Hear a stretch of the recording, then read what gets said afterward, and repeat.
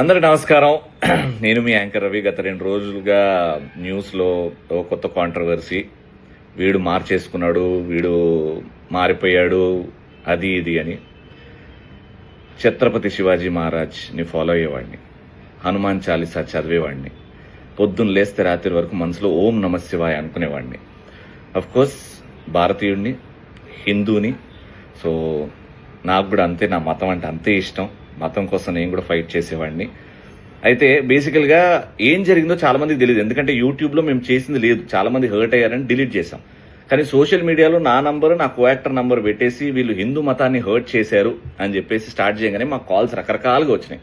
అందులో ఒక కాల్ రికార్డింగే బయట వాళ్ళు రిలీజ్ చేసింది.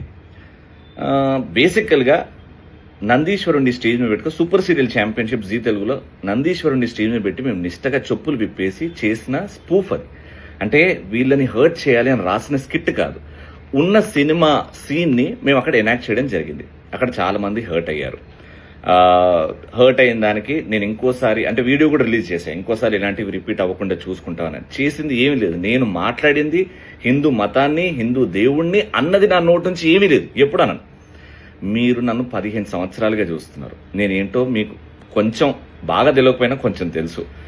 ఇలా నేను ఎప్పుడూ నా ఆలోచనలు నా నోటి నుంచి రావు, ఎందుకంటే నా మతాన్ని నేను ప్రేమిస్తా, నా దేశాన్ని కూడా అంతే గట్టిగా ప్రేమిస్తా. సో ఈ న్యూస్ ఛానల్స్ వాళ్ళు వ్యూస్ కోసం రకరకాల థంబ్నెయిల్స్ వాడుతున్నారు.